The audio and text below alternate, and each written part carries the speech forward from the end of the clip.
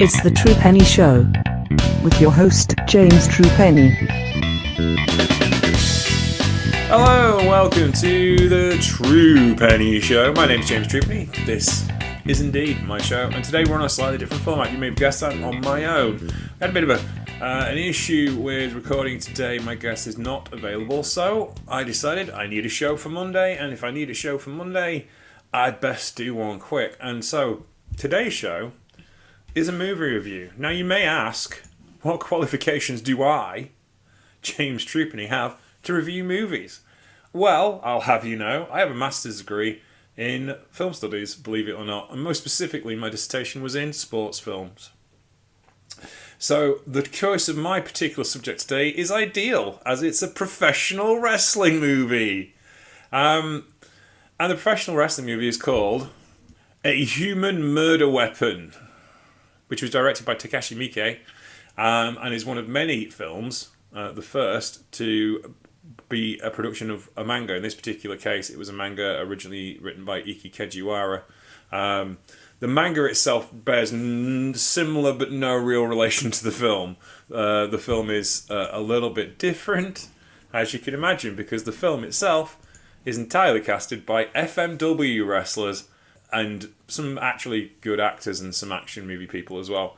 It was shot in 1992 and it stars Megumi Kudo, Daisuke Nakagura, Yoshiaki Madamori, as Crusher Madamori, that's where she got the name from, Isao Maki as teacher Moto, Isuke Shindo, Combat Toyota, Atushi Onita as himself, Wayne Jones, Bill Costa, John Holly, Sol Truehill, Kenneth Withers, and Sylvester A. Anderson. Look at the IMDb page, which doesn't give character names much. These people are American fighter, tall black fighter, as in Sylvester Anderson.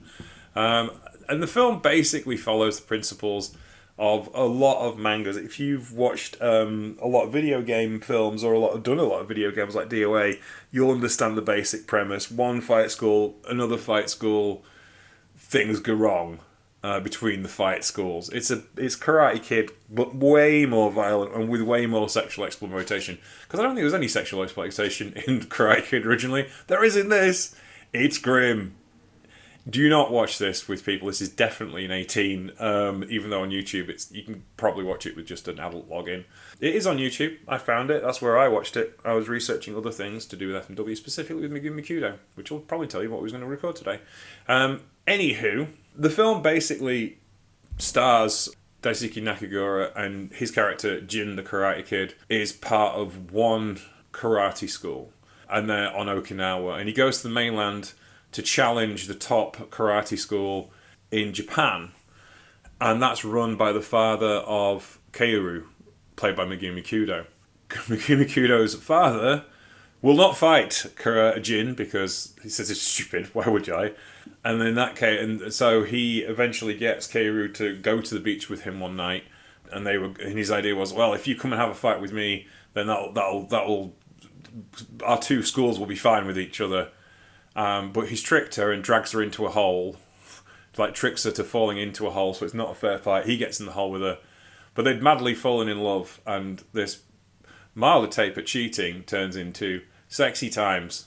Apparently, very unprotected sexy times. So the next scene, Jin goes back to challenge her father, and her father says, "You have a mole that's shown that you've had sex with Jin." And I'm like, what? I beg your pardon, this is subtitled, by the way, so the translation may not be perfect. However, people getting moles because they've had sex with someone is not a thing. I don't understand how men had sex with other people before the 1990s, because they certainly didn't seem to understand the whole concept. Anyway, Jin ends up fighting Kaoru's father for honour. Kaoru's father loses and commits suicide because he feels so much shame for losing to an inferior fighter from Okinawa. Turns out Kaoru's pregnant, so she closes down the karate school and goes and finds Jin and goes to live with him. And that's where the movie starts properly. And in the beginning of the movie, you kind of get flashbacks that Jin's in this fight club. Basically, it's kind of pre-fight club. kind of environment, and he's caged up, and he's kind of defenseless and can't get out, and he's fighting people for survival. And that's the theme of the story. We later find out. Keiru goes and finds him. They get married, or they live together, and she adopts his name. Doesn't say they get married. And then she says, I will live with you on the one condition that you always tell me where you're going and you'll never leave me again. Because he just blundered off. And he says, of course. And of course, he leaves her because he's a horrible person. And as the male lead character in this, he's not very nice. Because he leaves his wife and newborn child to go and track down a fight with Atushi Onita, of all people. And Onita says no. And instead he gets entangled with this club singer whose boyfriend happens to be an underground wrestling promoter. And that's where the story goes. And as you can imagine, as a film that was shot on a budget of £3.50, quite clearly, it's a bit shaky. The fight scenes are actually quite cool because they're done in a fashion that is very cinematic, or cinematic on a budget, as cinematic as you can be. They've done an awful lot with lighting. Like a lot of movies of this particular time period, a lot of it's done in ADR because it's cheaper to do overdubs in a studio than it is to have a sound person on stage. A sound person on set with you. That's expensive. They have to pay them. And if you make mistakes, you have to do the whole thing again.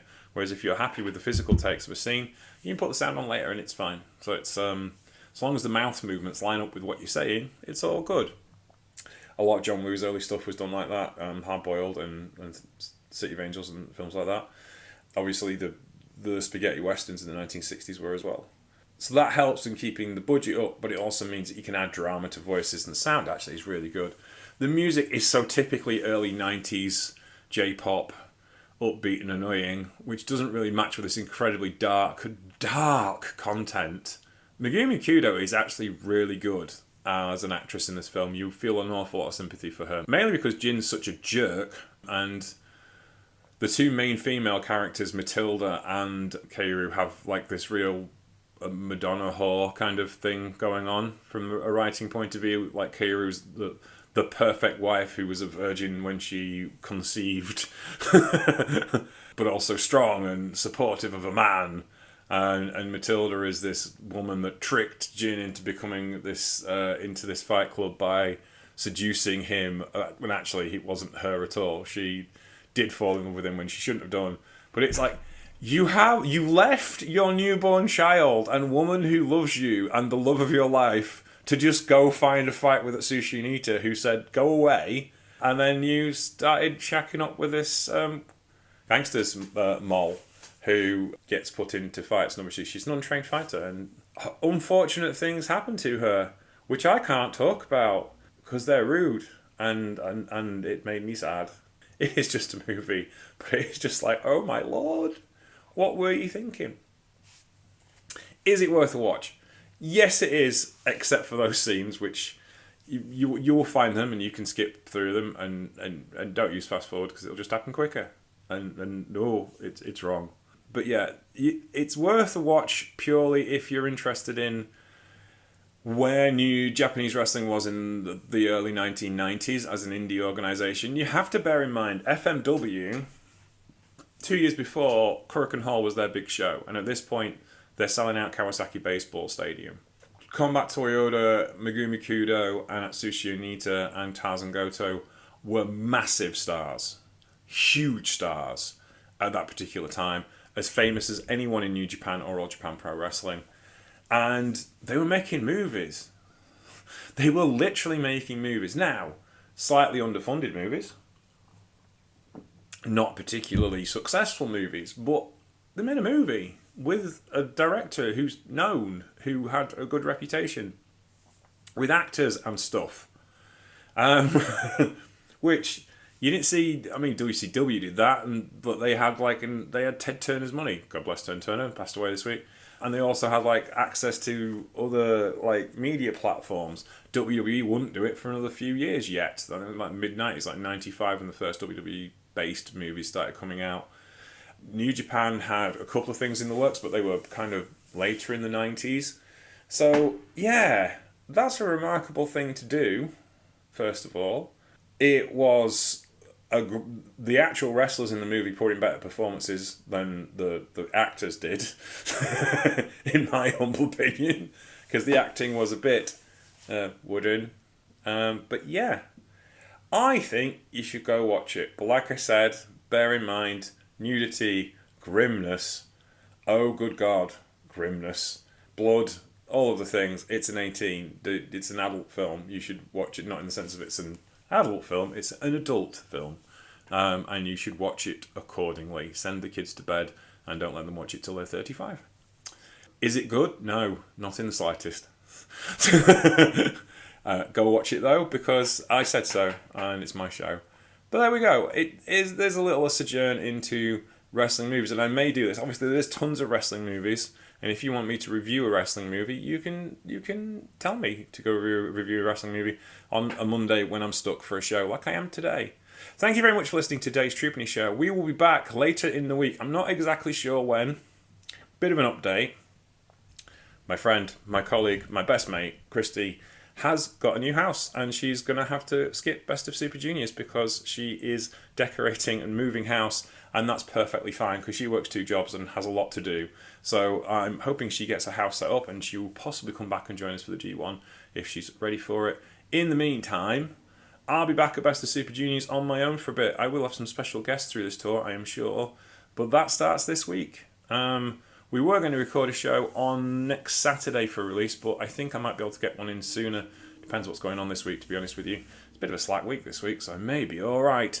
In the meantime, I will put the link to this film in the descriptions on YouTube and everything else, and go have an hour and 10 minutes of heavy, dark entertainment. You may enjoy, but probably not.